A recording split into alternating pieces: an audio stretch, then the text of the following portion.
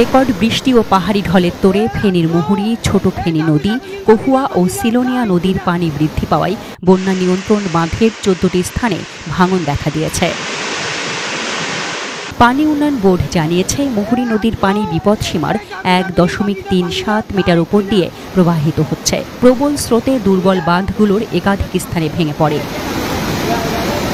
ওয়ালটন এখন দেশের সীমানা পেরিয়ে পৌঁছে গিয়েছে ৫০টিরও বেশি দেশে। ওয়ালটন, ঘরে ঘরে, বিশ্বজুড়ে।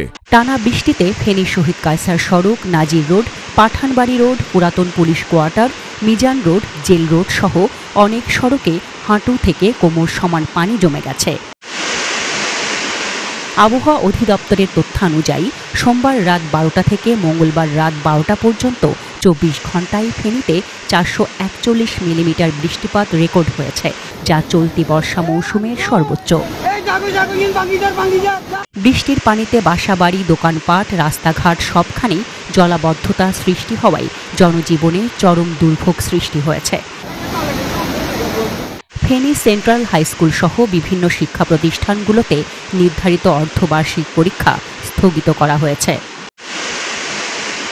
ফুলগাজী, পরশুরাম ও সোনাগাজী উপজেলার ৩০টি গ্রামের বসতঘর, কৃষি জমি, মাছের ঘের ও রাস্তাঘাট প্লাবিত হওয়ায় হাজারো মানুষ এখন পানিবন্দী।